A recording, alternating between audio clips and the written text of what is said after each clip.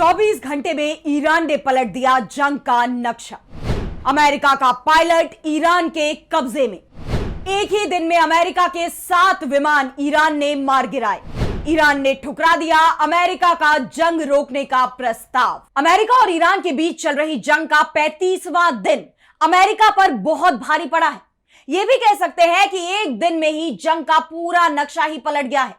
पहली बार अमेरिका के राष्ट्रपति डोनाल्ड ट्रंप ये मानने को मजबूर हो गए हैं कि जंग खत्म करना अब उनके हाथ में नहीं है। पहली बार अमेरिका ये मानने को मजबूर हुआ है कि उसका फाइटर प्लेन ईरान ने मार गिराया है। और सिर्फ एक फाइटर प्लेन ही नहीं मार गिराया, बल्कि 24 घंटे के अंदर ईरान ने अमेरिका को इतनी चोटें दी है कि व्हाइट हाउस में अब यह मंथन शुरू हो गया है कि ईरान को कैसे रोका जाए। रूस और चीन से मदद मांगने की तैयारी में अब डोनाल्ड ट्रंप दिख रहे हैं। उनके लिए अब खुद की इज्जत बचाना मुश्किल हो रहा है। जो ट्रंप 2 दिन पहले ईरान को धमका रहे थे, अब वो मिमियाते दिखाई दे रहे हैं। वहीं ईरान अब अमेरिकी राष्ट्रपति पर तंज कस रहा है, सवाल कर रहा है कि आप किसकी तलाश में हैं? आपके बस में ही नहीं है, हमें बताएं, हम ढूंढ लाएंगे। यानी जंग का पूरा नक्शा ही बदल चुका है। अब ट्रंप खुद ये बोल रहे हैं कि हम जंग में हैं और इसमें कुछ भी हो सकता है। ट्रंप का रुख नरम पड़ रहा है, अमेरिका में उनका विरोध बढ़ रहा है, मुश्किलें बढ़ती ही जा रही हैं और इसी पर आज हम अपनी स्पेशल रिपोर्ट में करेंगे बात। नमस्कार, मैं आराधना। तो शुरू करते हैं हमारी खास रिपोर्ट और बात करते हैं कि कैसे अमेरिकी राष्ट्रपति डोनाल्ड ट्रंप के तेवर अचानक से बदल गए हैं।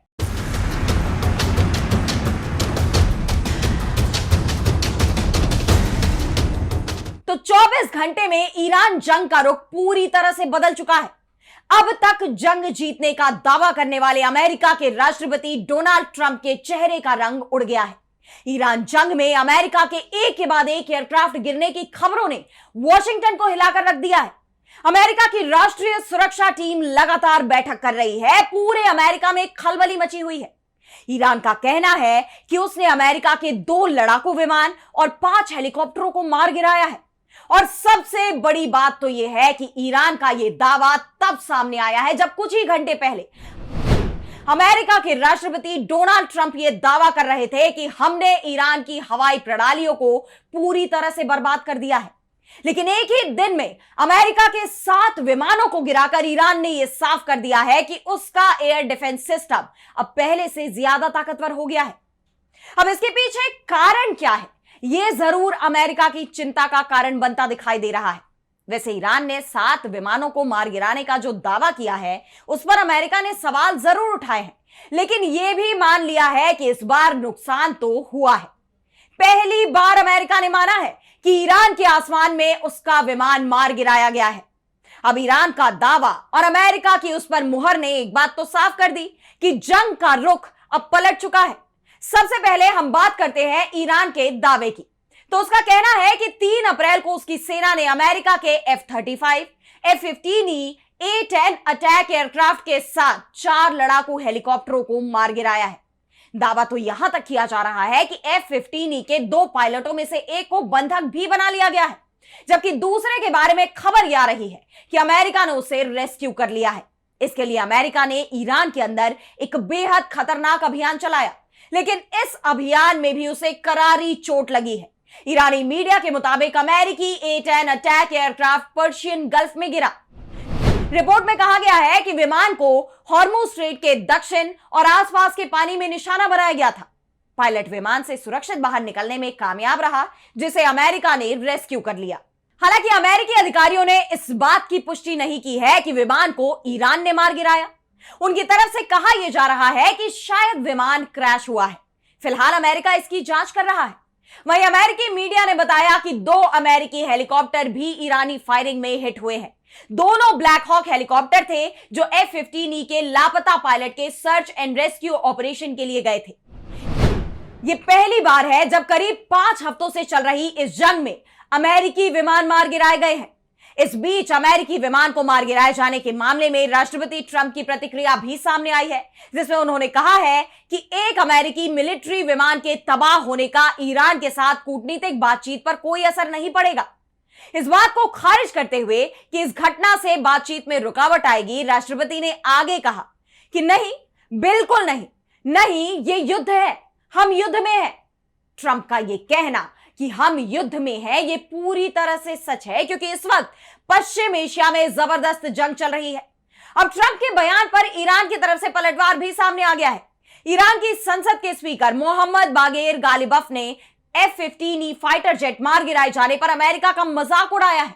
उन्होंने सोशल मीडिया प्लेटफॉर्म एक्स पर लिखा कि ईरान को लगातार 37 बार हराने के बाद उन्होंने जो ये बिना रणनीति वाला शानदार युद्ध शुरू किया था, वो सत्ता परिवर्तन से घटकर अरे क्या कोई हमारे पायलटों को ढूंढ सकता है, प्लीज, यहां तक आ गया है।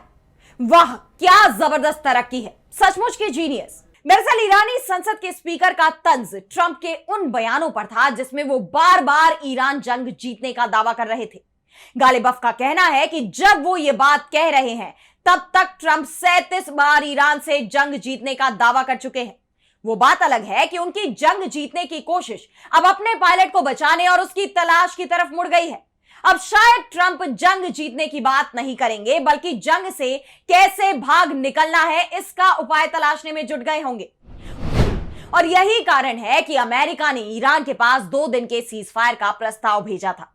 सबसे बड़ी बात तो यह है कि ट्रंप की तरफ से प्रस्ताव गया था और उन्होंने इसे लेकर कोई बयान तक नहीं दिया, जबकि अब तक उनके हर बयान में यही कहा जाता रहा कि ईरान की तरफ से बातचीत शुरू की जा रही है, ईरान की तरफ से प्रस्ताव आ रहा है।